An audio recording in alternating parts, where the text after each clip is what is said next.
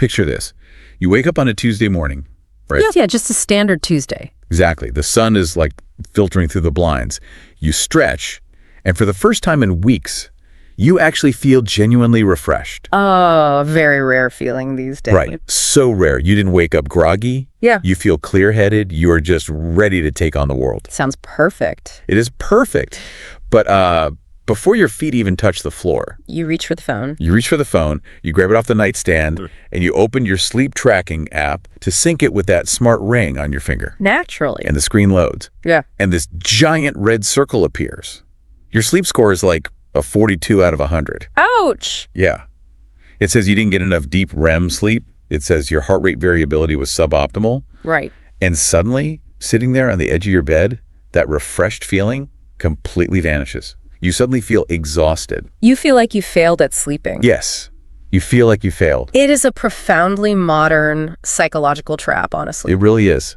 We have reached a point where an algorithmic metric on a screen can completely override our own, subjective biological experience of rest. Which is wild to think about. It induces a literal nocebo effect. Wait, nocebo? Like the opposite of placebo? Exactly, the opposite of a placebo, where being told you slept poorly actually makes you function worse cognitively. That is just a bizarre, slightly dystopian reality. It really is. Where we are literally grinding for high scores while we're unconscious. And that is exactly where we are starting today. It's a great place to start. Okay, let's unpack this.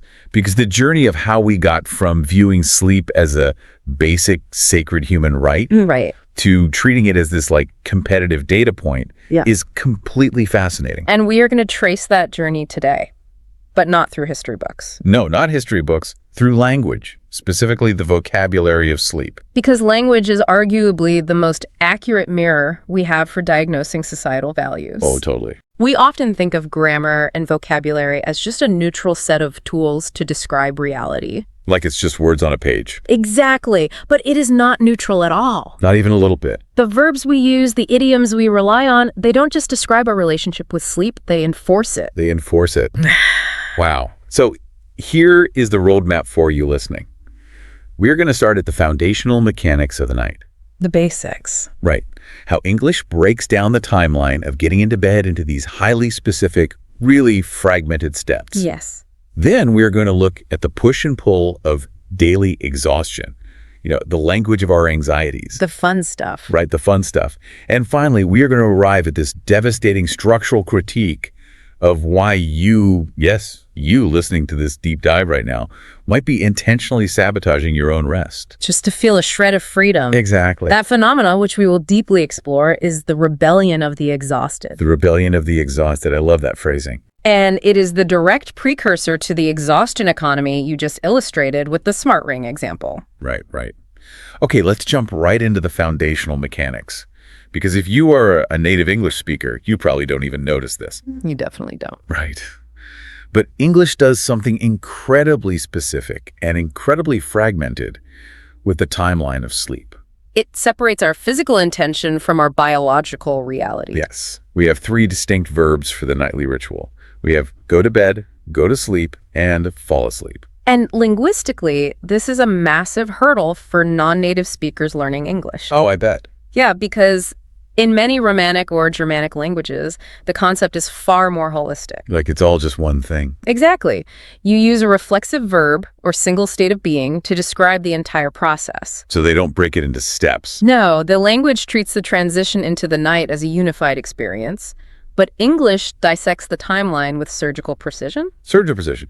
Right, because going to bed has absolutely nothing to do with being unconscious. Nothing at all. It is purely geographical. Yes. It is the physical migration from the living room to the mattress. The spatial component is key here. Right, because you can go to bed at 9 p.m. and just sit there scrolling through social media, right? Or reading a thriller for 3 hours. Exactly. You are physically in the location of rest, but you are not resting. It highlights a cultural compartmentalization. Oh, that's an interesting way to put it. Well, we designate a specific room and a specific piece of furniture for this one activity. Right. But the next phrase, going to sleep, shifts the focus from spatial location to active intention. The active intention. So this is the moment you actually put the phone down. You turn off the bedside lamp. You close your eyes, and you actively attempt to initiate the process. Right. You are trying. But trying isn't doing. No, it is not. And that is where I think this linguistic split reveals something profound about how we view human agency. Because of the final step? Yes, the final step, falling asleep. Meh. And the verb fall is not an accident there, is it? Not at all. It is a loss of control. A total loss. It implies a descent, a surrender to gravity, or, in this case, to biology. It's exactly like taking a commercial flight. Oh, I like this analogy. Think about it. Going to bed is boarding the plane. Right. You are finding your seat, you're stowing your luggage, buckling the seatbelt. You are in the vehicle. You are geographically located for the flight. Exactly.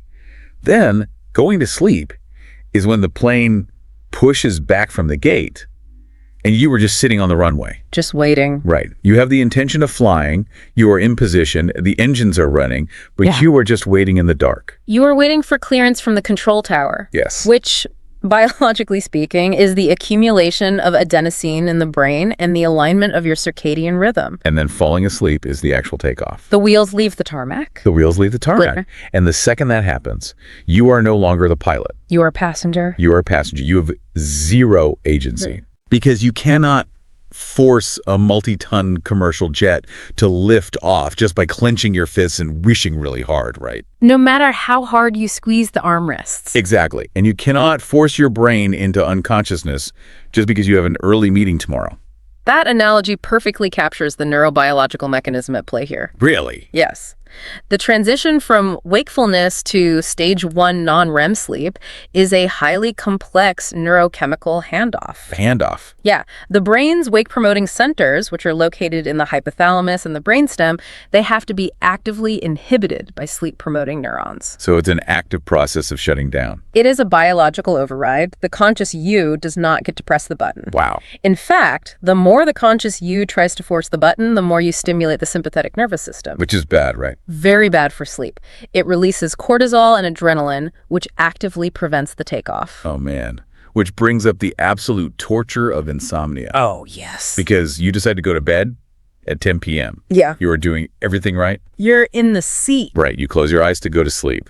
But then, a neighbor's dog starts barking. Or a car alarm goes off. Or you just start thinking about a weird email your boss sent you that morning. Always the email. Always. And you fail to fall asleep for 4 hours. The friction between intention and biology is just agonizing. It is so agonizing. And it is agonizing because modern society operates on clock time, not biological time. Well, that's a huge distinction. We expect our bodies to operate like machines with a simple on and off switch. Right, like a smartphone. Exactly. This linguistic dissection bed, sleep, fall asleep, mirrors the industrialization of time. How so? Well, before the Industrial Revolution, before mechanical clocks dictated our schedules, human sleep was often polyphasic and much more fluid. Meaning we slept in chunks. Basically, we went to rest when it was dark. Yeah. If we woke up in the middle of the night, which was incredibly common, we didn't panic. We didn't. No, it was just a natural part of the cycle. Wait, hang on. Let me stop you right there. You're saying the panic of not falling asleep is a modern invention? In its current acute form, yes. Absolutely. That is wild. In pre-industrial Europe, there was a well-documented phenomenon of first sleep and second sleep. First and second sleep? Yeah. People would sleep for a few hours, wake up around midnight for an hour or two to read, pray, stoke the fire, or even socialize. Socialize. In the middle of the night. Yeah, and then they would go back for a second sleep. Wow. There was no anxiety about failing to fall asleep immediately because their livelihood wasn't tethered to a 7 a.m. alarm clock. Oh, right. They didn't have to catch a commuter train. Exactly. Yeah. The tension we feel now, that friction between our intention and our biology, is a byproduct of forcing a biological organism to adhere to a rigid industrialized schedule. That makes so much sense.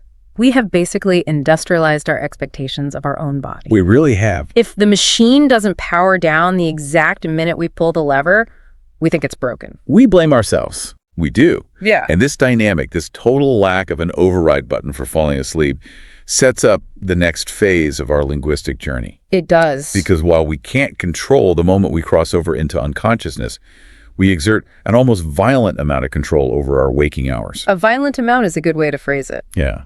So let's move into the intermediate vocabulary, the dynamic verbs of daily exhaustion. This is where we see language starting to assign moral weight to our biological states. Moral weight. Give me an example. Well, if we look at the vocabulary used for the morning hours, we find a stark contrast between two very similar physical realities. Okay. Take the phrase sleeping in. Sleeping in. Yeah. The ultimate weekend luxury. Right. Just waking up whenever your body naturally decides it is done sleeping. No alarms. Exactly. Sleeping in is framed as an intentional indulgence. Yeah, it feels good to say it. I'm gonna sleep in. It is the active, conscious choice to disable the alarm clock. Culturally, it is treated as a reward for a week of hard labor. But look at the language we use for the exact same biological process when it happens accidentally on a Tuesday morning. Oh, oversleeping. Yes. Sleeping through the alarm. Oversleeping implies a failure, a transgression. A transgression. Wow. Think about the prefix. The prefix over suggests you have crossed a boundary. Right, like overeating or overspending. Exactly. It implies you have taken more than your allotted share of rest. You have committed an error. Well, I want to push back a little on the idea that sleeping in is universally viewed as a luxury anymore. Oh. Yeah, because I feel like with the rise of hustle culture, even sleeping in on a Sunday is starting to get stigmatized. That is a very fair point. Look, you hear all these tech CEOs and motivational speakers talking about how you have to wake up at 4:30 a.m. every single day. Including weekends. Including weekends. To plunge into an ice bath and optimize your productivity. It feels like even intentional rest is being framed as laziness now. You are highlighting a crucial and very recent cultural shift. The baseline for decades was that sleeping in was an earned luxury.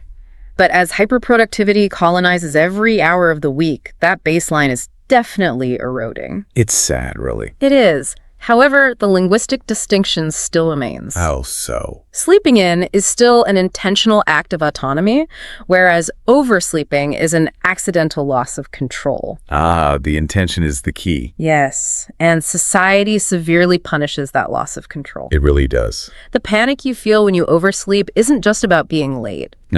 No, it is a visceral fear of having failed to command your own biology. Oh man, that panic is so real too. You open your eyes and the light in the room is just slightly too bright. The ambient noise of the street is too loud. Yes, and your stomach just drops into your shoes because you know you are now behind on a schedule that you can never catch up on. It's a terrible feeling. It's the worst. Now, contrast those morning freezes with their nighttime equivalents. Okay. How does our language handle the push and pull at the end of the day? Well, we have the phrase, staying up. Staying up, which is the intentional refusal to go to bed. Right. Staying up to study, staying up to finish a quarterly report, or, just staying up to binge a television show. It is the active suppression of sleep pressure. Sleep pressure? Yes.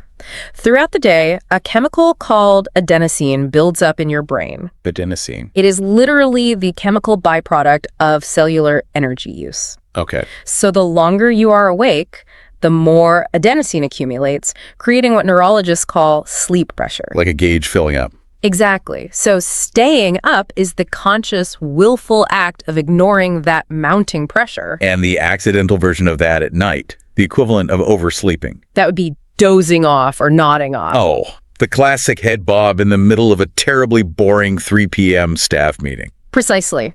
Dozing off is when the sleep pressure simply overwhelms your executive function. You just shut down. The brain forcefully initiates a microsleep to clear out some of that adenosine completely, regardless of your social environment. So what does this all mean when we look at the pattern? Well, because we have sleeping in versus oversleeping in the morning and staying up versus dozing off at night. Why do we categorize accidents versus intentions this way? What's fascinating here is how clearly the language maps onto our economic values. Really? Economic values? Yes. Think about it.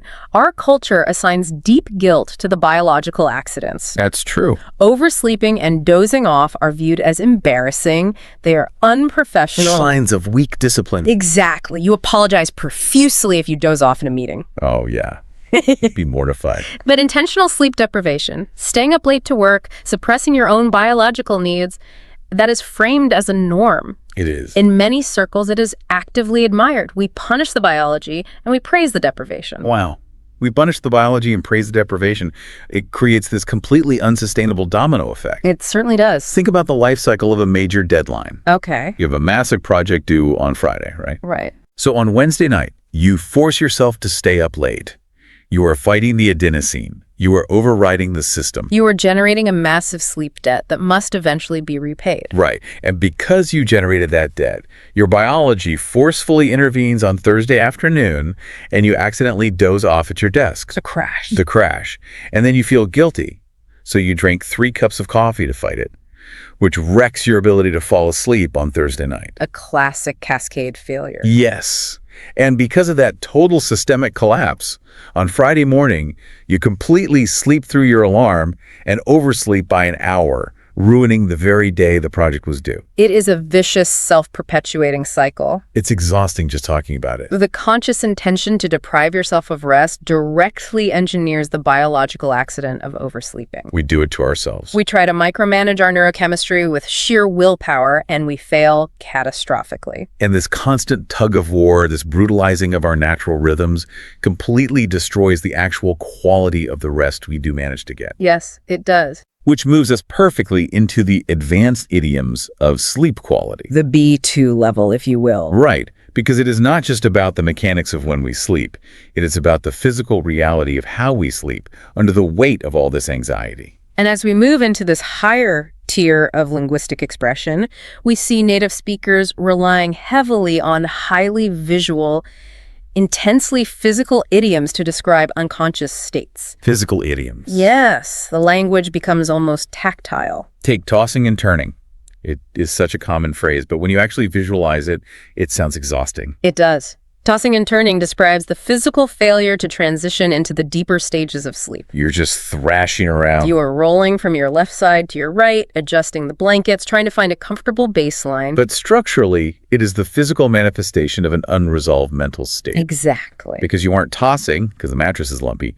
You are tossing because your brain won't shut up. That is exactly it. When you are ruminating on a problem, financial stress, interpersonal conflict, work anxiety, your sympathetic nervous system remains slightly engaged. It's on high alert. Right.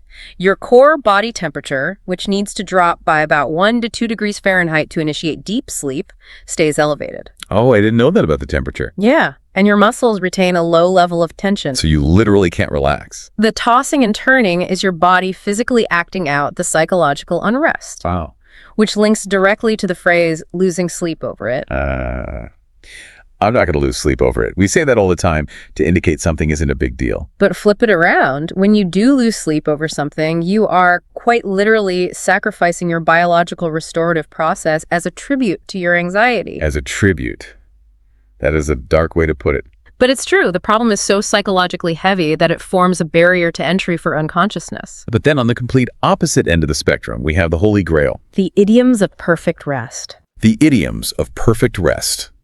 Sleeping like a log, or sleeping like a baby. Yes. Which, sidebar, anyone who has ever had a newborn knows that sleeping like a baby is a terrible idiom. It really is. Babies wake up screaming every 2 hours. It is a fundamentally flawed idiom linguistically, yes. It makes no sense. It relies on the idealized image of a peaceful infant, rather than the loud, erratic reality. But sleeping like a log makes total sense. It does. Because a log is dead weight. It doesn't shift, it doesn't stir.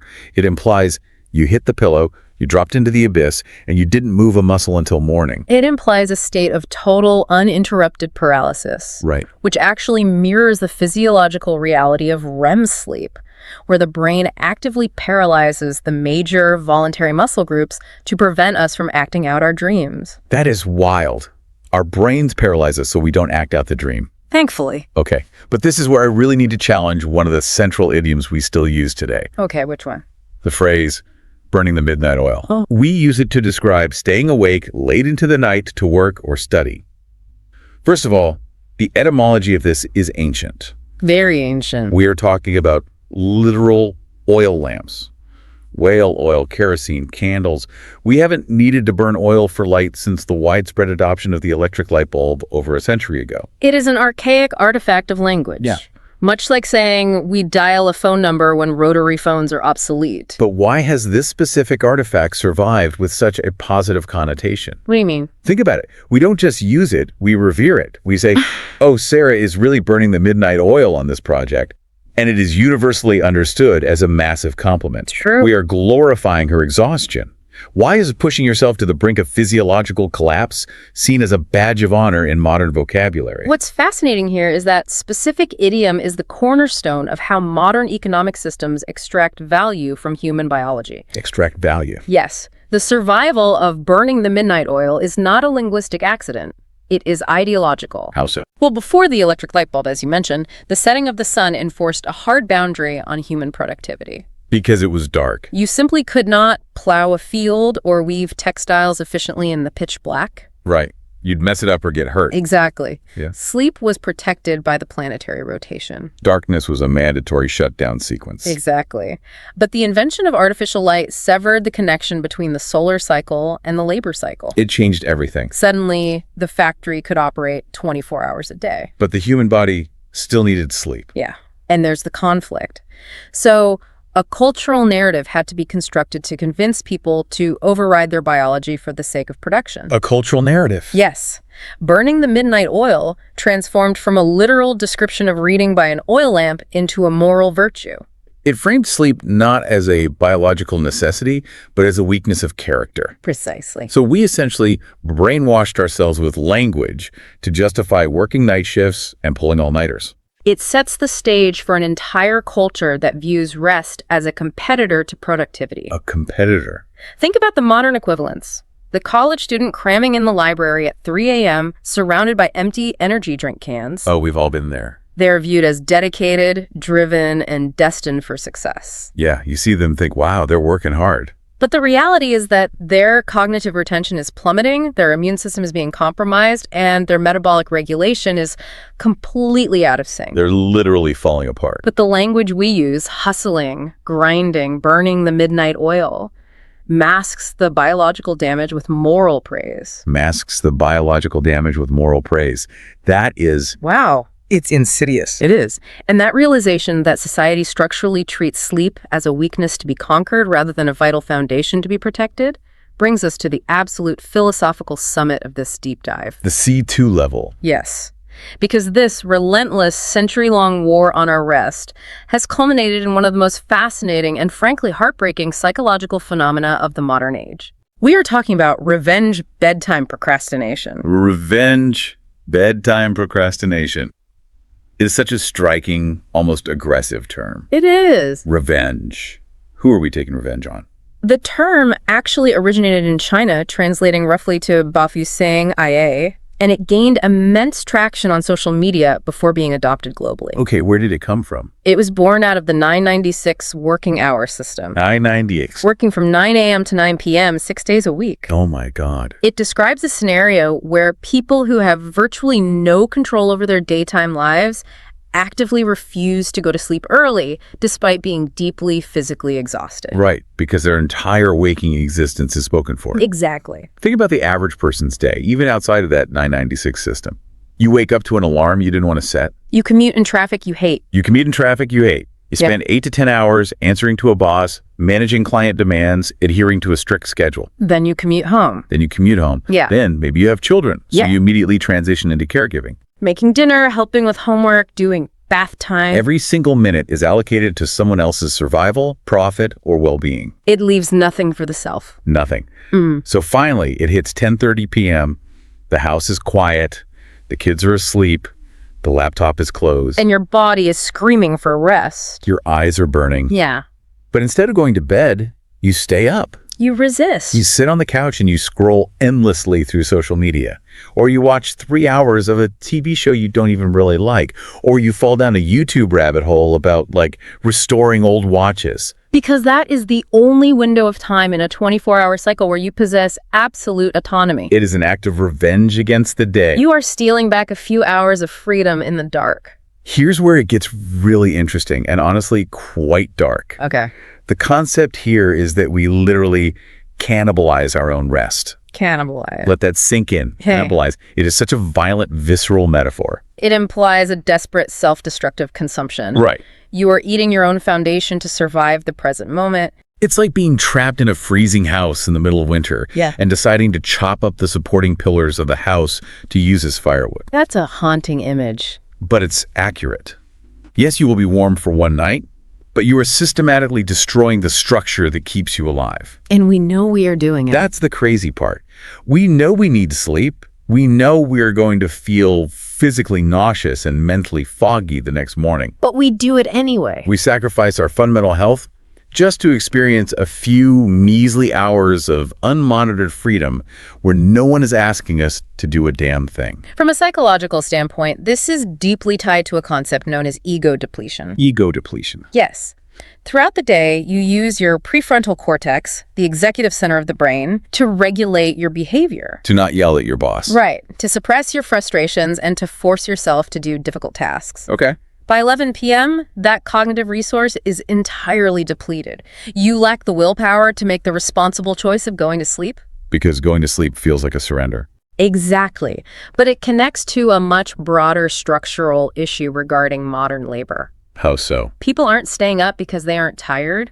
They are staying up because sleep acts as a fast-forward button to the next workday. Oh, wow. A fast-forward button. That is incredibly bleak, but incredibly accurate. It is the reality for millions. Because if you close your eyes at 11 p.m., the very next conscious sensation you will have is the blare of the alarm clock at 6 a.m., signaling the start of another day of obligations. The night simply ceases to exist. By staying awake, you are hitting pause on the machinery of your life. You are delaying the inevitable return to a state of subordination. You are carving out a temporal sanctuary, even though the walls of that sanctuary are built out of your own exhaustion. It is a profound tragedy of modern existence. This paints a genuinely grim picture of modern adulthood. It does. We are completely burned out. We are cannibalizing our own rest just to feel like human beings for an hour a day. And as a result, we are walking around in a permanent state of cognitive impairment.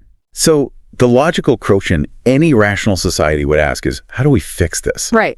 Do we mandate shorter work weeks? Do we raise wages so people don't have to work multiple jobs? Do we restructure how we view labor entirely? If only it were that simple. But it's not. The reality reveals a much darker twist.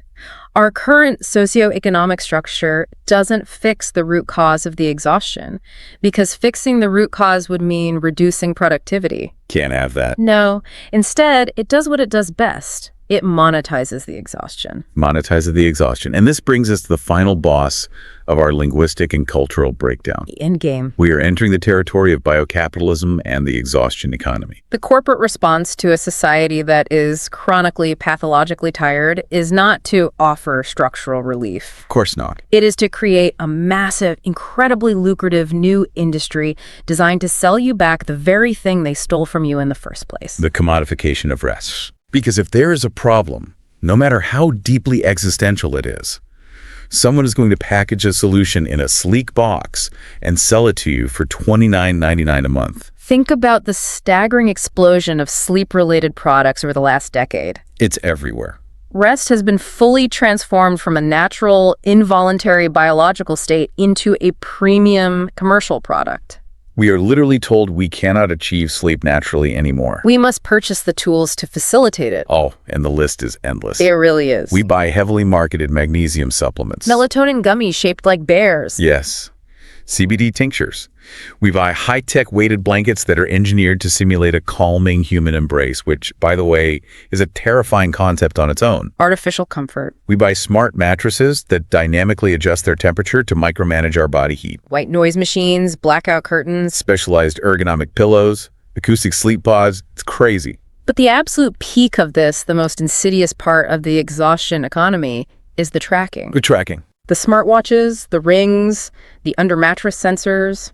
This is where we return to the concept of biocapitalism. Yes. Biocapitalism is an economic system where the most basic involuntary biological functions of the human body breathing, heart rate, sleep cycles are quantified. They're extracted as data. Extracted as data, optimized, and then sold back to the consumer as a lifestyle metric. If we connect this to the bigger picture, it is quite alarming. Wait, I want to explore this tracking aspect deeply because The vocabulary used around these devices is incredibly telling. It is. We don't just monitor our sleep anymore. The industry tells us we are tracking the performance of our sleep. Performance, like it's an Olympic sport. It shifts sleep from a state of passive recovery into an arena of active achievement. We are trying to get high score in sleeping. It's absurd. We wake up and immediately check an app to see if we got an A+ in resting. Haven't we just turned our bed into another workplace? We absolutely have. We are grinding for metrics in our subconscious. If I wake up and my ring tells me my readiness score is low, I feel stressed. Even if you felt fine before checking it. Exactly. I feel like I failed an exam I didn't even know I was taking. There is actually a newly proposed medical term for this specific anxiety. Oh, really? Yes, orthosomnia. Orthosomnia. It is the obsessive pursuit of optimal sleep driven by sleep tracking devices. Wow. The data itself generates so much anxiety about not sleeping perfectly that it actively causes insomnia. That is so deeply ironic. The wearer becomes so fixated on improving their metrics that their sympathetic nervous system stays elevated. Thus, completely destroying the deep sleep they're trying to achieve in the first place. Exactly. But let me play devil's advocate for a second here. Pursue. Because a lot of people would argue that data is inherently good. Knowing is better than not knowing, right? That is the common argument, yes. If my tracker tells me that drinking a glass of wine at 8 p.m. ruins my REM sleep, that's actionable intelligence. Yeah. I can change my behavior and feel better. Isn't that empowering? It can be empowering on a micro-individual level, certainly. Right. But if we zoom out to the macroeconomic structure, we see a much more cynical reality. Cynical. The data isn't just for you. These companies are aggregating millions of hours of human biometric data. Oh, right. Big data. They're mapping the subconscious biological rhythms of the global workforce. That sounds like a sci-fi movie. It does, but it's happening. And the ultimate paradox is this.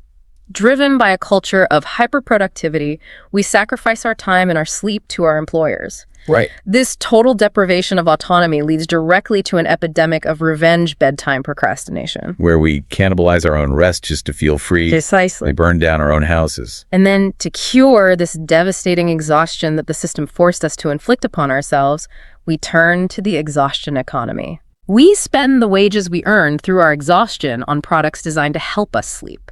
So the money just goes right back into the system. Exactly. It's perfectly cyclical. We allow the commodification of rest to turn our natural biological need into yet another metric to be optimized. The very thing that was meant to be our ultimate escape from hustle culture, our sleep, our deep, unmonitored biological sanctuary, has been completely swallowed by it. Consumed entirely. We hustle all day at the office, and now we are hustling in our sleep to maximize our REM efficiency. There's no escape. It is a perfectly closed loop of extraction. It is a closed loop. The system creates the disease, it sells you the metric to diagnose the disease, and then it sells you the premium subscription to manage it. All while demanding you show up to work at 8 a.m. sharp to pay for it all. And the language we use entirely supports this loop. Completely. From the inherent guilt of oversleeping, to the moral superiority of burning the midnight oil, to the gamification of our sleep performance. We have allowed our vocabulary to be colonized by biocapitalism. Okay, let's take a deep breath and zoom out. Good idea. Because this has been a massive, really eye-opening journey today. We covered a lot of ground. We started with what seems like the most mundane, simple grammar lesson possible. The physical distinction between going to bed and the intention of going to sleep. Leading to the biological cliff dive of falling asleep. Right, a foundational breakdown of how language attempts to categorize human action. But by treating those words not just as grammar, but as a mirror, we climbed that ladder. We really did. We looked at how society assigns guilt to the accidents of dozing off, while glorifying the intentional damage of staying up. We unpacked the physical weight of anxiety in tossing and turning. And we eventually unlocked a devastating societal critique. We arrived at the psychological rebellion of revenge bedtime procrastination. And the terrifying closed-loop reality of the exhaustion economy. It's a lot to process. It is. It proves that the words we choose, even the ones we mumble right before we turn out the lights, are never neutral. They carry the immense invisible weight of our economic and cultural systems. So I want to challenge you, the listener, to do some serious self-reflection tonight. When you are getting ready for bed, think about the linguistic script you are living out. Are you a victim of revenge bedtime procrastination? Are you stealing time back from the universe by scrolling on your phone at 1:30 a.m.? Cannibalizing your own rest. Do you lose sleep over work stress, or are you one of the lucky few who can truly, completely disconnect and sleep like a log? And as you reflect on that, this raises an important question. Oh, I am ready for it. What is the final thought we are leaving them with today? It is one that extends slightly beyond our immediate discussion, but builds directly upon this concept of the commodification of rest. Okay, lay it on me. If modern society is currently obsessed with tracking, analyzing, and optimizing our biological unconsciousness through smartwatches, rings, and sleep score algorithms, how long will it be until our actual dreams are viewed as unmonetized real estate? Oh, wow. If sleep is truly the last remaining boundary of unmonitored human freedom, what happens when the exhaustion economy inevitably figures out how to cross that final border and monetize the dream space itself? Monetize dreams, targeted ads in your REM cycle. It's the next logical step. That is a terrifying yet entirely plausible thought to leave off on. And it is exactly why we do these deep dives, to look past the surface and see the machinery underneath. It's been a pleasure exploring this. Thank you so much for taking this incredible journey with us and for staying awake through all the neurobiology, history, and linguistic twists and turns. Remember to try and reclaim your autonomy where you actually can. Yes. Shut down those screens a little earlier. Take the smart ring off for one night and just try to sleep like a log. We will catch you on the next deep dive.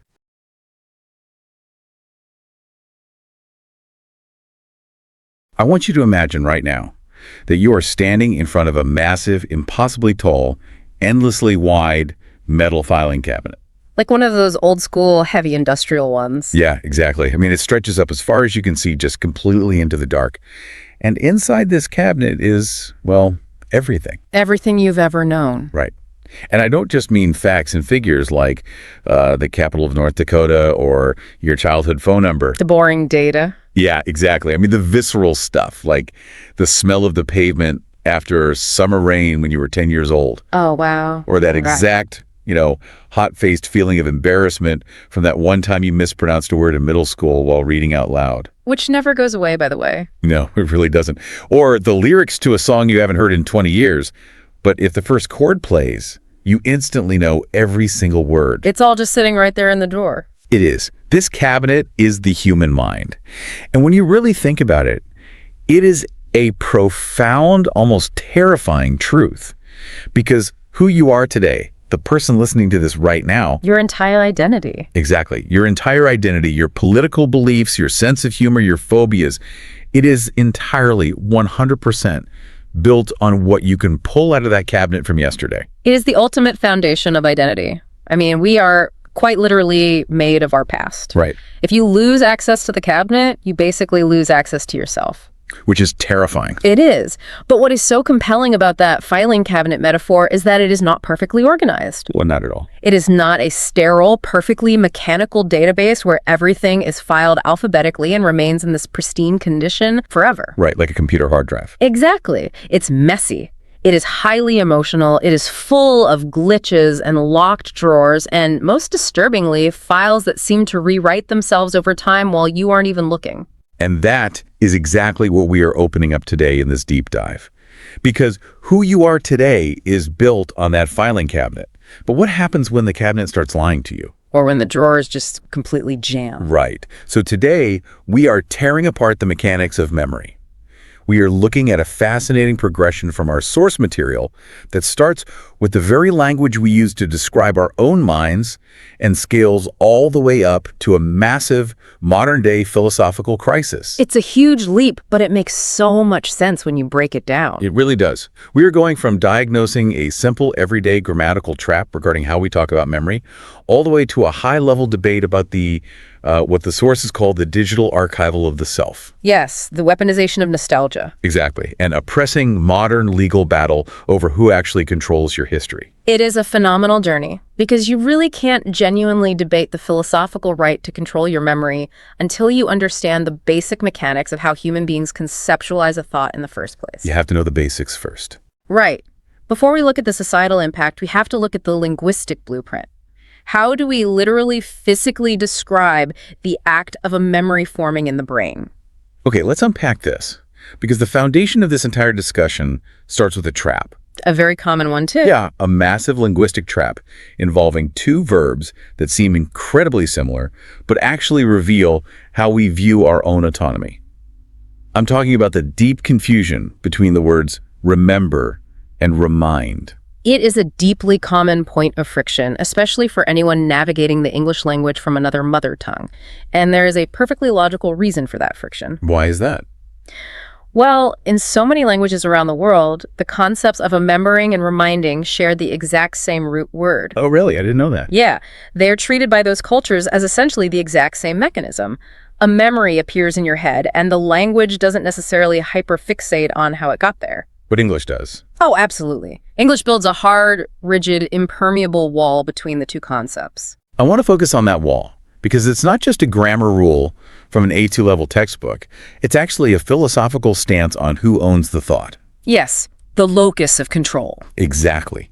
It all comes down to the locus of control. Yeah. Remember is a strictly internal action. It is happening entirely inside your own brain, and you are the sole actor. You are doing the work. Right. You are the one initiating the recall. You are. When you say, I remember my first day of school, or I remember to lock the door, you are claiming total ownership of the neurological event. You're taking the credit. Exactly. Your brain did the heavy lifting. You walked up to the filing cabinet, you opened the drawer, you sifted through the files, and you pulled out the document yourself. Nobody helped you.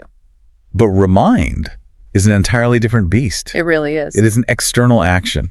It requires a second person or an outside trigger to force that memory into your brain from the outside. That is the crucial distinction, the external force. And because of this external force, the word remind operates differently in a sentence. Right, grammatically speaking. Yeah, it demands an object pronoun. You remind me.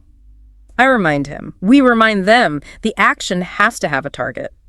Let me throw an analogy at this, because the older I get, the more I realize how physical language really is. Oh, completely. Thinking of remembering versus reminding in terms of getting a glass of water completely changed how I view this. That's a great way to picture it. Right. Yeah. Remembering is realizing you are thirsty, walking into the kitchen, getting a glass from the cupboard, turning on the tap, and pouring the water yourself. You did the whole thing. Exactly. You initiated and completed the action.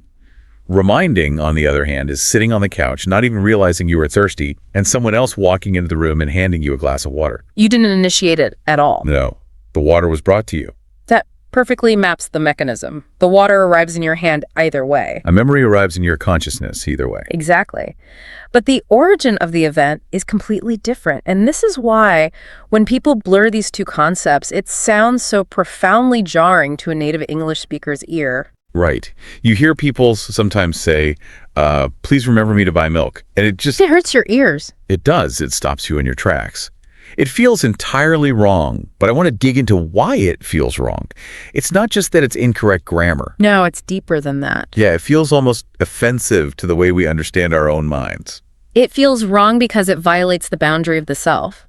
Think about what please remember me to buy milk actually implies. It's kind of creepy, honestly. It is. If remember is the strictly internal process of searching the filing cabinet, asking someone else to remember you to do something is essentially asking them to reach their hands inside your skull, dig around in your gray matter, and operate your brain for you. Oh, wow. It implies a telepathic hijacking of your internal autonomy. Reach inside my skull and operate my brain. That is a terrifying image, but it's exactly what that grammatical mistake implies. You are asking someone else to do your internal cognitive labor. Which is physically impossible. You can only ask them to be the external force. Right. You say, please remind me to buy milk. Exactly. You say, please remind me. You are asking them to walk into the room and hand you the glass of water. You are granting them permission to act as an external trigger to prompt your internal system. But here is the thing that really fascinates me. That external force doesn't just have to be a person saying, hey, don't forget the milk. No, not at all. We are highly susceptible to non-human external forces. Our brains can be completely hacked by our environment. Absolutely. The environment is constantly handing us glasses of water we didn't ask for. Right. Let's look at a classic scenario from the source material. You are walking down the street. completely lost in thought about an upcoming meeting or what you were going to make for dinner. Wholly distracted. Right. You walk past a coffee shop, you aren't thinking about coffee. But the sudden sight of the sign, or perhaps the roasted smell drifting out at the door, acts as an aggressive external trigger. So the location itself does the reminding. Yes. The coffee shop reminds you that you need to buy coffee beans on the way home. You did not actively choose to remember the coffee beans. The environment forced it on you. Exactly. The sensory input of the physical location forced the file into your hands. It really emphasizes how sensitive the human brain is to origin. We're walking around, constantly having our internal filing cabinets yanked open by smells, by sights, by a random song playing on the radio in a passive car. We're so vulnerable to it. We really are. And English forces us to constantly clarify. Did I do this, or did the world do this to me? Did I remember, or was I reminded? It establishes the baseline, the who of the action. But once we establish who initiated the thought, the immediate next question is far more complex. Where do we go next? Well, once that file is pulled from the cabinet, regardless of who pulled it, how does it feel to read it? Oh, right. Which brings us to the emotional architecture of the past. Moving from the simple mechanical action of recall to the deeply complex psychological process of experiencing memory. Moving to that B1 builder level, as the sources call it. Exactly. Because memory isn't just a sterile database. It has texture, it has weight, it has emotional temperature. And English uses a very specific type of vocabulary to describe this emotional temperature, phrasal verbs. Phrasal verbs are so tricky for learners, too. They are, but they're fascinating because they carry heavy psychological baggage. They don't just describe the retrieval of data, they describe the emotional consequence of that retrieval. Let's start with the warm stuff. Positive reflection. Okay, yeah. When you are looking at your past with fondness, say, you are sitting around a dinner table thinking about your messy, chaotic, but ultimately wonderful university days, you use the phrase, look back on. Notice the spatial metaphor inherent in looking back on. Yeah, it's very visual. It implies a certain physical distance, doesn't it? It is a gentle, voluntary action. You are standing in the present, choosing to turn your head, and viewing the past from a safe vantage point. You're safe because you're removed from it. Exactly. You are usually doing this through a positive, or at least highly contemplative lens. It is safe. It is safe because you are in control. Yeah. But not all memory retrieval is gentle or controlled, right? Definitely not. Sometimes you get hit by a freight train. There is sensory flooding. The phrase we use for this is bring back. Bring back is the emotional escalation of remind. While remind is the mechanic, bring back is the overwhelming psychological feeling. It's forceful.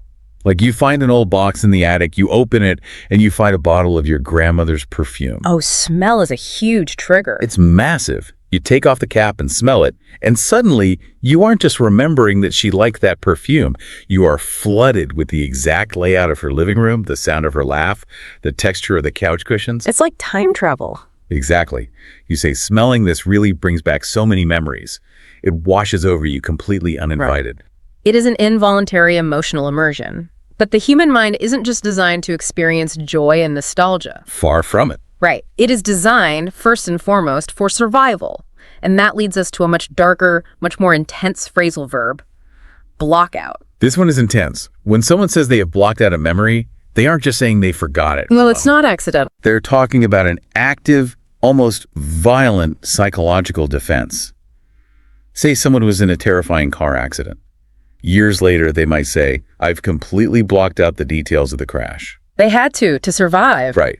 They are taking that specific file in the cabinet, throwing it in a titanium safe, locking the door, and swallowing the key. They are. And contrasting that aggressive, active quarantine of trauma is the natural passive decay of the mind, which we describe as fading away.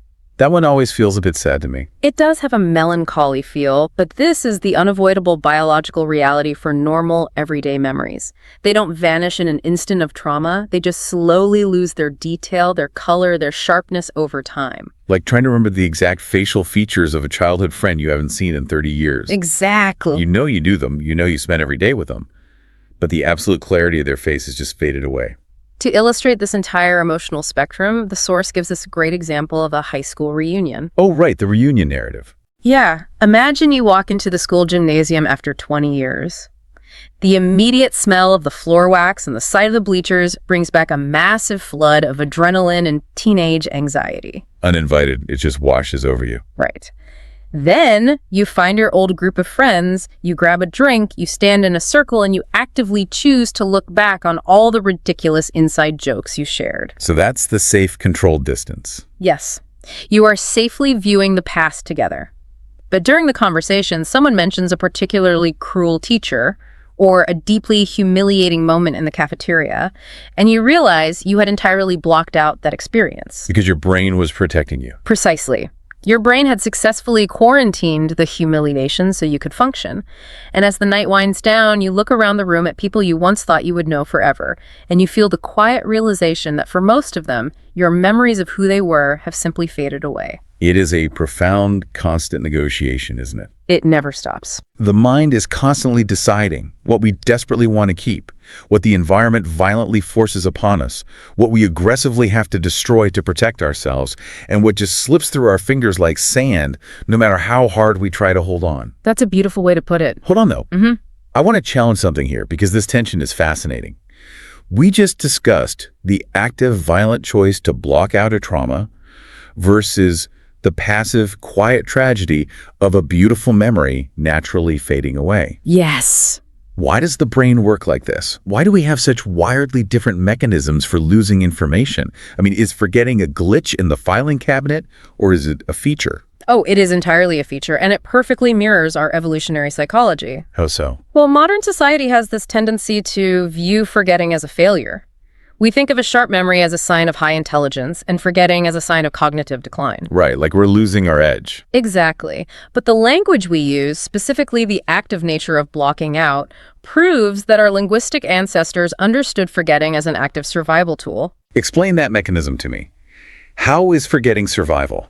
Think about the sheer volume of sensory input and emotional stress you experience in a single human life. It's massive. If you vividly remembered the acute, raw, emotional pain of every single trauma, every heartbreak, every terrifying near miss in traffic, every moment of deep grief. Oh my God, you'd go crazy. You would be completely paralyzed. Your nervous system would be in a constant state of catastrophic overload. You would literally not be able to get out of bed and hunt for food or care for your children. So the brain acts as a triage nurse. That's exactly it. It actively builds a wall around the radioactive material. Blocking out is the brain protecting the host from its own data. Precisely.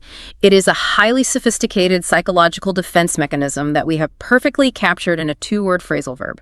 The brain prunes those synaptic connections to save your life. But then we have fading away. Yes, fading away. And fading away is the necessary biological tax we pay for having a finite physical storage system within our skulls. The hard drive only has so much space. Exactly. We physically cannot retain the high-definition color, audio, and emotional resonance of every single Tuesday afternoon of our lives. We have to clear the cache. We'd run out of room. We would. The tension you were pointing out, the tragedy of fading away versus the necessity of blocking out, is the eternal battle between our conscious desire to hold on to the beautiful, fleeting moments of our lives and our biological imperative to discard the unnecessary and quarantine the painful. That completely reframes how I think about having a bad memory. It's not always a bad thing. No. Forgetting isn't a passive failure of character. It's an active feature of a healthy, functioning mind. But, and this is a big but. Okay, what is it? If our brain uses memory as a highly tuned survival tool, it is also incredibly clunky. Well, yeah. It is prone to just malfunctioning on a mundane day-to-day basis. Right. We aren't always talking about deep psychological trauma or profound sweeping nostalgia. Sometimes the filing cabinet just gets stuck. Sometimes you just forget your keys. Or you forget the name of the person you've worked next to for 3 years. The brain glitches. And here's where I want to pivot, because if forgetting is a survival tool, it's a remarkably weird one when it comes to everyday life. It can be very embarrassing. It can. Let's look at how we actually describe these everyday glitches in English, moving into that B2 analyst level from the source material. Because the idioms we use are incredibly telling. They are. When the system fails, native speakers instinctively pivot away from literal descriptions and dive straight into highly sensory idioms. We get very descriptive. We do. We use incredibly visual, auditory, and physical language to describe the invisible brain failing to work. Let's start with the auditory triggers. We have this fantastic idiom that rings a bell. A classic. We use this all the time. Someone says a name like, hey, do you know Sarah Jenkins? And you say, that rings a bell. What are we actually describing there? We are describing an incomplete neural pathway. You hear the piece of information, and it triggers a tiny, distant alarm deep in the recesses of your filing cabinet. So the system knows it's there. Right. The brain registers familiarity. It says, yes, this data exists in the system, but the pathway to the actual file is broken. You hear the bell, but you cannot picture the face. You cannot remember the context. You cannot retrieve the data. A tiny alarm goes off, but you have no idea where the fire is. You just know you should be paying attention. It's an alert without context. And notice that it is a passive idiom. The bell rings itself. It happens to you. Oh, right. I didn't think of that. You don't ring the bell. Just like remind, it is an external force acting upon your consciousness. Then we have the idiom for physical loss, which is my absolute favorite because it is so vivid. Slipped my mind. That's a great one. Think about how often you use this.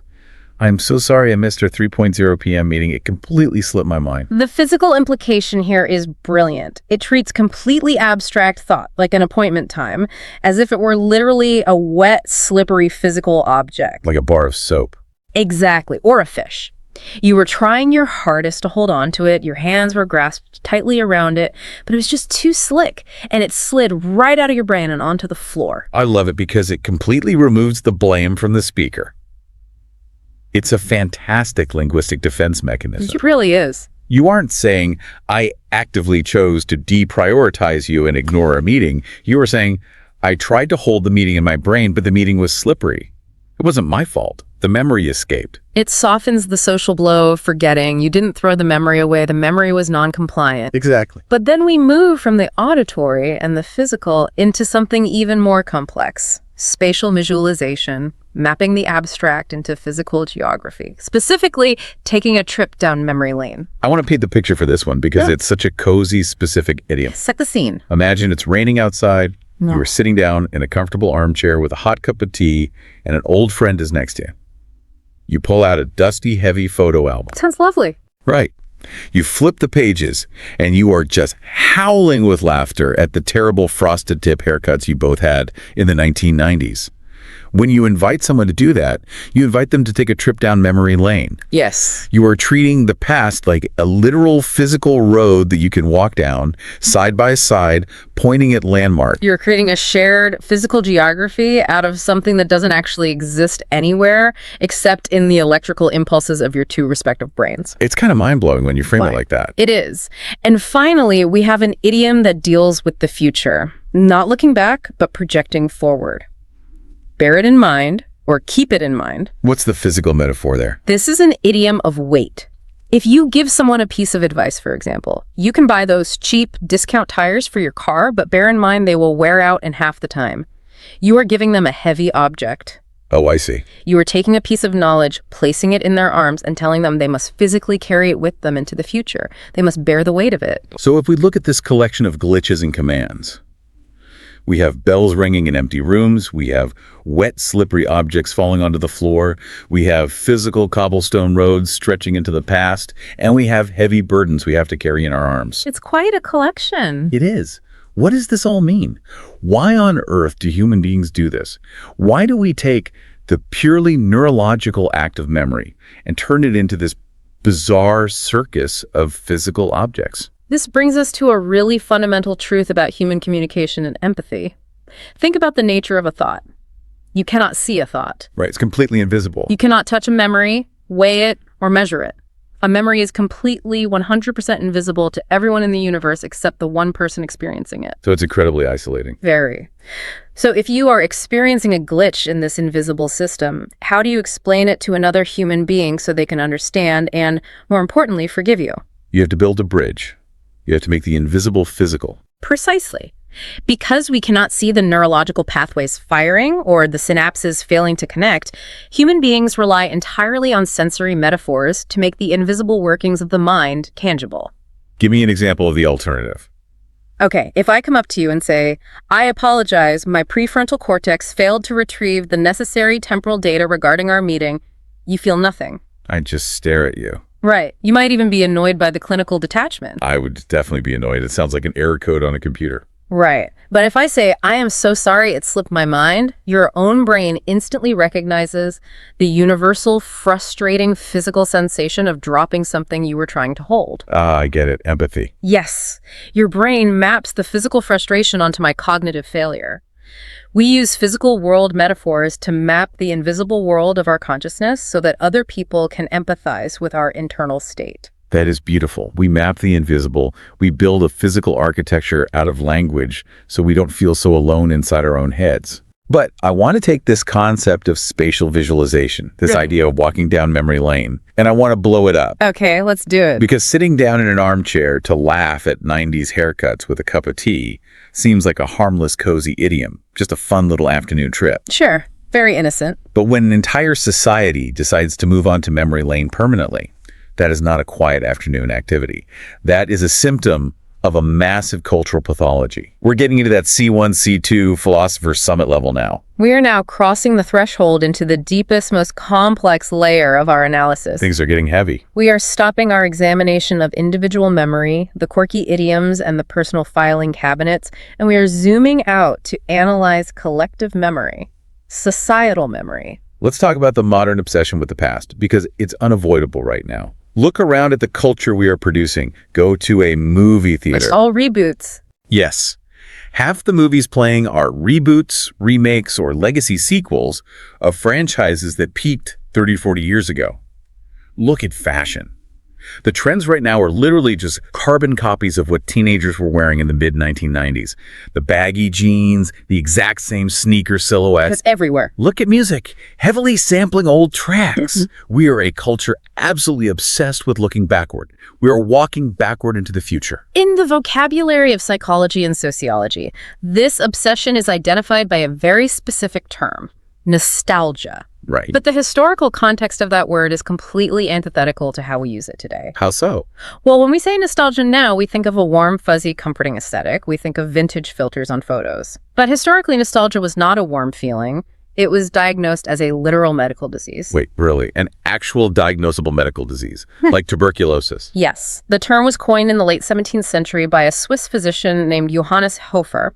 He combined the Greek words nostos, meaning return home, and algos, meaning pain. Hump. Exactly. Hofer noticed that Swiss mercenaries fighting far away from home were suffering from profound, physically debilitating homesickness. It was a pathological condition. What were the symptoms? How did they know you had nostalgia? The symptoms were severe: lethargy, loss of appetite, heart palpitations, fainting, and a desperate obsessive compulsion to think about their homeland. That sounds awful. It was considered a neurological dysfunction, and the treatments were bizarre and deeply physical. Like what? Doctors would prescribe things like purging the stomach with leeches, prescribing warm opium drafts, or, and this is a real historical detail, they would forbid the playing of certain Swiss cowbells or rural folk songs. Because it would trigger them. Yes. Hearing them would trigger such violent episodes of nostalgia that the soldiers would become totally incapacitated. That is mind-blowing. They treated a memory like a viral infection. You suffer from nostalgia the way you suffered from cholera or a fever. It was something to be cured. It was a huge threat to your health. And the contrast to today is just staggering. Today, nostalgia is not a disease we are trying to cure. It is a highly refined marketing tool we are aggressively sold. We're told to want it. We are actively encouraged to be infected with it. And what we are buying into when we purchase that nostalgia is fueled by a very specific and frankly very dangerous cognitive bias. The bias that makes all this marketing possible. The engine behind it all. Right. It's called rosy retrospection. Rosy retrospection is the psychological engine of the nostalgia industry. It is the phenomenon where people judge the past disproportionately more positively than they actually judged it at the exact moment they were living it. Okay, let's really break this down, because this is where our individual brains trick our collective society. How does rosy retrospection actually work in the filing cabinet? If we think back to the emotional architecture we discussed earlier, specifically the brain's biological mandate to fade away mundane details and block out painful ones, we can see the mechanical gears of rosy retrospection turning. It's all connected. Exactly. The brain actively filters out the boring reality of daily life. It deletes the hours spent staring at a wall, the low-level anxiety about paying rent, the physical discomfort of a hot day. The brain is essentially an overzealous photo editor, just airbrushing the past. Precisely. It prunes away the negative and the mundane to save cognitive space. And what is left over? Only the rosy, hyper-idealized peak emotional moments. Just the best parts. The highlights reel. So when an entire generation looks back at, say, the 1990s, they aren't remembering the reality. They don't remember the geopolitical stress or the excruciatingly slow dial-up internet that took 10 minutes to load a single picture. Or the terrible fashion choices we've all made. Right. Or the deep existential boredom of a rainy Tuesday afternoon before smartphones. Yeah. They just remember the cool music, the vibrant neon windbreakers, and the feeling of being young. They mistake the highlight reel for the documentary. There is a brilliantly sharp observation in the psychological literature regarding this. It states that when we engage in rosy retrospection, we are essentially mourning a past that never actually existed. Mourning a past that never actually existed. That is a devastatingly accurate sentence. It hits so hard because it acts as the voice of sanity for anyone who has ever felt disconnected from this relentless cultural obsession with the past. It really puts it into perspective. But I have to push back here. On behalf of anyone listening who just genuinely enjoys a good 80s movie or wearing retro sneakers, if our individual memories are unreliable, if we know they slip our minds and fade away and get airbrushed, is it really that dangerous? That's a fair question. Isn't it just harmless fun? What is the actual danger when an entire society shares the same false rosy memory? It becomes profoundly dangerous because it dictates how a society allocates its energy and innovation. When an entire culture operates on a shared delusion about how perfect the past was, it radically changes how that culture approaches the future. It holds us back. Yes. And this connects directly to a stark sociological warning from the source material. Sociologists observe that we are no longer just enjoying nostalgia as a casual pastime. We are utilizing nostalgia as a cultural anesthetic. A cultural anesthetic. Let's define that. An anesthetic is not a vitamin, right? It's not a supplement. Definitely not. An anesthetic is a heavy drug that doctors administer to make you entirely artificially numb to pain before they cut you open. It paralyzes your nervous system and stops you from feeling. Exactly. And sociologists argue that right now our global society is terrified. We are collectively staring down the barrel of the future, and we see massive, overwhelming, seemingly insurmountable threats. To be clear about what those threats are, observers point to three massive sociological triggers driving this global anxiety. Right, the big three. First, the looming existential threat of climate change and extreme weather. Second, the rapid, completely unregulated advancement of artificial intelligence and what it means for human utility. And third, a deeply entrenched, widespread economic precarity where younger generations feel they will never achieve the stability their parents had. Those are heavy burdens. They are. Now, we aren't taking a stance on the politics or the solution to these issues. We're impartially reporting that from a sociological standpoint, these are the massive dark clouds that are absolute terrifying the modern collective consciousness. Regardless of where anyone stands politically on those specific issues, the overarching, undeniable sociological observation is that society as a whole feels a profound sense of instability regarding tomorrow. We're scared. The future does not feel like a place of promise anymore. It feels unpredictable and dangerous. So what is the psychological result? How does a collective consciousness numb itself to that overwhelming fear? It retreats. Exactly. It retreats. We take the drug. We self-administer the anesthetic. We retreat into a romanticized version of the past. We retreat into a past that, thanks to the brain's rosy retrospection, appears perfectly safe, simple, and guaranteed. We want to live in a time before algorithms, before gig economies, before global warming. But there's a catch, right? A huge catch. The side effect of an anesthetic is paralysis. By numbing ourselves with nostalgia, by constantly looking backward for comfort, we are paralyzing our ability to innovate, adapt, and actually solve the complex problems of the future. That brings up a really probing question about our own complicity in this. When we buy into all this retro culture, when we buy tickets to the movie reboots and we wear the 90s clothes and we listen to the throwback playlists on Spotify, are we treating nostalgia like a warm, comforting blanket to help us sleep? Or is it actually a straitjacket that is actively keeping us from moving our arms and building something new? If we look at how it functions economically, the answer leans heavily toward the straitjacket. Why is that? And the reason is exploitation. Corporations, marketing firms, and algorithms understand the societal fear of the future perfectly. They have mapped our anxiety. They know what buttons to push. Yes. When a studio sells you a rebooted movie or a tech company sells you a retro-designed piece of hardware, they are not just selling you a product, they are commodifying your existential dread. They're selling you safety. They are selling the feeling of safety.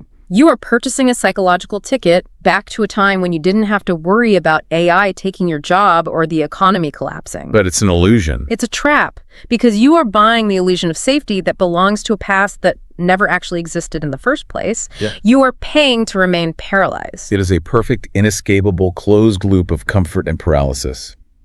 We are so scared of the future that we hide in a fake past, which prevents us from fixing the future, which makes us more scared of the future, so we hide deeper in the past. A vicious cycle. Exactly. Yeah. But here is where the entire paradigm shifts. This is the real twist in our deep dive today. It's a big pivot. If our natural biological brains are specifically designed to filter out the bad and romanticize the good through rosy retrospection, what happens when we stop relying on our biological brains?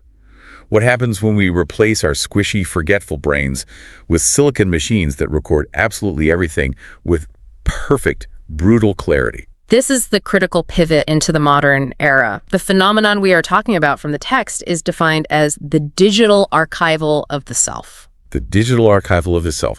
I want everyone listening to think about how they store their memories right now. You don't just sit in an armchair and think. No, nobody does that anymore. You pull out a rectangle of glass and metal, your smartphone. We take, 1,000 photos a month? We document every single meal we eat, every vacation we take, every mundane thought we have on social media. We have essentially outsourced our internal filing cabinet to a server farm in the desert. We have externalized our memory. But at what cost? The devastating consequence of this outsourcing goes all the way back to what we established in the very first part of our conversation about the healthiness of forgetting. Historically, biologically, forgetting was not a flaw. Right. It was a natural, necessary, and healthy human function. Right. We said earlier that blocking out trauma and letting mundane or embarrassing things fade away was a vital survival tool. It was the brain's triage nurse. Exactly. It allowed us to process grief without being destroyed by it. It allowed us to forgive other people for their mistakes because the sharp edges of the anger faded. And most crucially, it allowed us to forgive ourselves. It gave us the blank space needed to reinvent who we were. But today, the internet does not have a fade-away function. It really doesn't. The internet never forgets. The triage nurse has been fired, and the algorithms have taken over. Every embarrassing mistake you made, every deeply ignorant or poorly thought-out social media post from when you were an angry teenager, every awkward photo from a phase you want to leave behind, it is all archived permanently. It's just sitting there. It is infinitely searchable. It is indelible. Think back to the idiom we analyzed regarding our everyday glitches. It slipped my mind.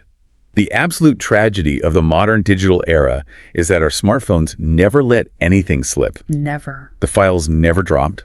It is perfectly, flawlessly preserved forever in high definition. So if forgetting is the fundamental mechanism by which human beings heal, adapt, and grow, are we technologically preventing our own psychological recovery? That is the profound, terrifying realization at the heart of the digital age. By creating a flawless external memory system, we have stripped ourselves of the biological mercy of forgetting. We can't escape it. We can no longer leave our past selves behind because our past selves are constantly algorithmically resurrected and presented to us and to the rest of the world. It's so invasive. Think about the cruelty of the "on this day, 5 years ago" notifications on your phone. The algorithm doesn't know if that photo is a beautiful memory of a loved one or the day before a horrific divorce. It just blindly shoves the unfaded file into your hands. It violates the boundary of the self. Just like, remind me to buy milk. The algorithm reaches into your life, and forces you to remember something you might have been actively trying to block out. Exactly. And this means this isn't just a psychological issue anymore. It's not just about feeling sad when you look at your phone. This crisis of permanent memory is so severe that it has moved out of the realm of sociology and straight into the highest courtrooms in the world. Yes, the legal ramifications are huge. This digital permanence has triggered a massive, defining, modern legal battle. The battle for the right to be forgotten. This is the ultimate peak of our journey today. We have moved from the grammar of memory to the psychology of nostalgia, and finally to the legal philosophy of digital existence. The right to be forgotten. Let's define the core concept here. It is the idea that individuals should have the fundamental civil right to demand that negative, outdated, or irrelevant personal information be permanently removed from internet search results. It's basically a digital eraser. It is the legal attempt to force the internet to forget. It is the legal attempt to artificially recreate the human brain's fade-away function within a digital landscape that is designed to be permanent. To give us back that blank space. Exactly. The goal is to allow human beings to escape the eternal digital record of their past. To be able to stand up in a digital town square and say, yes, I did that embarrassing thing, or I made that mistake 10 years ago, but it no longer represents who I am today, and I should not be eternally, algorithmically punished for it. It's about freedom. It is fundamentally about reclaiming the human freedom to grow and change. But wait, hold on. Let me play devil's advocate here, because this legal concept is incredibly thorny. If we pass laws that allow people to just hit a delete button on their bad history, aren't we just legally mandating rosy retrospection? Ah, that's the counter-argument. Aren't we allowing people to manipulate reality and erase the truth? If you made a mistake, isn't that part of the factual historical record? How is a judge or an algorithm supposed to decide what gets deleted and what the public has a legitimate right to know? That is exactly the friction at the heart of cases like the famous 2014 Google Spain case, which really brought this issue to the global forefront. What happened in that case? In that case, a man wanted a 16-year-old newspaper announcement about his home being repossessed for debts to be removed from Google's search results. He had paid off the debts years ago. The issue was completely resolved. But every time someone searched his name, the first thing they saw was a completely outdated announcement that he was in financial ruin. Because the algorithm doesn't care about context or time, it just cares about data. Exactly. And the European Court of Justice ruled in his favor. They argued that the information was inadequate, irrelevant, or no longer relevant. So it wasn't about lying. No, it wasn't about erasing history to manipulate reality. It was about the proportionality of punishment. Is it fair for a resolved mistake from 1998 to be the defining feature of your identity in 2014? Most people would say no. Right. The advocates for the right to be forgotten argue that without the ability to have outdated records obscured, we are trapped by the worst versions of who we used to be. The freedom to grow requires the freedom to leave things behind. So it is about the right to reinvention. It's about protecting the filing cabinet from being permanently jammed open by our worst moments. Well said. This brings us to an incredibly dense, climactic observation from the source that perfectly synthesizes this entire journey, and I want to read it because it is heavy. Let's hear it. It says, "Modern humanity is trapped in a paradox of memory. While we self-soothe with rosy retrospection and rely on nostalgia as a cultural anesthetic, our relentless digital archival of the self has destroyed the natural human capacity for reinvention. In the internet age, establishing a legal right to be forgotten is essential to reclaiming our freedom to grow." Let's break that paradox down, because it perfectly connects every single thread we've discussed over the past hour. Okay, lay it out for us. On one side of the paradox, we have our collective emotional state. We are terrified of the complex future, so we desperately self-soothe with rosy retrospection, using nostalgia as a powerful anesthetic. We deeply, passionately want to live in a romanticized, blurry, faded, safe past. But on the exact same token, the other side of the paradox is our technological reality. Exactly. Our relentless digital archival of the self, our smartphones, our social media, our servers, means that the actual past we have recorded is not blurry or faded or safe at all. It's brutal. It is hyper-specific, brutal, embarrassing, and permanent. We want a rosy past, But we have built a machine that perfectly records all our messiest realities and fundamentally refuses to delete them. Therefore, the right to be forgotten is framed not just as a minor privacy issue about search engine results, but as a fundamental human right to psychological survival. A right to survive our own data. Yes. Without the ability to have our digital records erased or allowed to fade, the human animal is trapped. We cannot reinvent ourselves if the machine refuses to let us forget who we were. I am honestly just in awe of the massive escalation of this topic. I mean, think about where we started this conversation. It's been quite the ride. We started by diagnosing a simple grammatical rule about why saying "remind me to buy milk" is correct and "remember me to buy milk" is wrong. We started with the locus of control over a glass of water. It seems so small. And somehow, understanding the mechanics of that internal versus external action provided the exact, precise foundational vocabulary we needed to debate global human rights, the psychological damage of algorithmic memory, and the nature of human existence in the 21st century. It proves that language is never just a set of arbitrary rules. Language is the architectural framework for how we conceptualize our reality. That's so true. If you briefly synthesize the intellectual climb we just took, we started with the internal action of remembering versus the external environmental trigger of reminding. We moved into the emotional architecture, the active survival-based blocking out of trauma, and the passive biological fading away of the mundane. Which led us to understand how we map the invisible world of thought through sensory idioms, slipping minds, and ringing bells. Then we zoomed out to a macro societal scale, analyzing the historical disease of nostalgia, the cognitive bias of rosy retrospection, and the profound danger of using a romanticized past as a cultural anesthetic to hide from a scary future. And finally, we arrived at the modern crisis, the collision of our biological need to forget with our technological mandate to remember everything forever, culminating in the urgent necessity for the civil right to be forgotten. It is an incredible intellectual journey. And as we wrap up this deep dive, I want to pass on a piece of homework to you, the listener. Some self-reflection time. Yes, this requires some deep, quiet self-reflection. Ask yourself, do you believe that our society is currently suffering from rosy retrospection? Yeah. Are you personally hiding in a past that never really existed to avoid dealing with the present? Good questions. And crucially, regarding your digital footprint, do you believe people deserve the right to be forgotten online? Should we have the legal power to force the machine to drop the file? These are no longer abstract dorm room philosophy questions.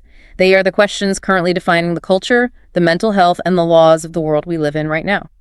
But I want to leave you with one final, brand new, lingering thought to mull over. Something that builds entirely on everything we've unpacked today, but completely flips the perspective. Okay. All right. We spent a lot of time talking about how the internet never forgets a single awkward phase, bad outfit, or embarrassing mistake. It is permanent and ruthless. But what if that ruthlessness is exactly what we need? Oh, wow. Could the digital archival of the self actually be the ultimate cure for rosy retrospection? That is a fascinating subversion. Right. Think about it. Rosy retrospection relies on the brain's ability to airbrush the past. But if we have a perfect, permanent, high-definition digital record of exactly how messy, stressful, anxious, and awkward the past actually was, will it eventually become impossible for our brains to trick us? Because the evidence is right there.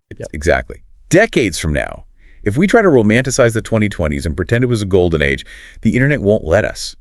It will just hold up a digital mirror and remind us of the exact, brutal reality. Will this digital permanence eventually make it impossible for society to use nostalgia as a drug? If the filing cabinet contains perfect, unalterable proof of reality, the illusion dies. The anesthetic stops working. Exactly. The anesthetic loses its power when the camera never turns off. So the next time you find yourself standing in front of that massive metal filing cabinet of your mind, pulling out a memory from yesterday to figure out who you are today, just pause for a second and ask yourself, who actually wrote the file you were holding? Such a vital question. Was it you? Was it your biology trying to protect you? Or was it an algorithm refusing to let you go? Thank you so much for joining us on this deep dive, and bear these questions in mind as you navigate your own digital memories. Keep questioning the past. It's the only way to build the future. We'll see you next time.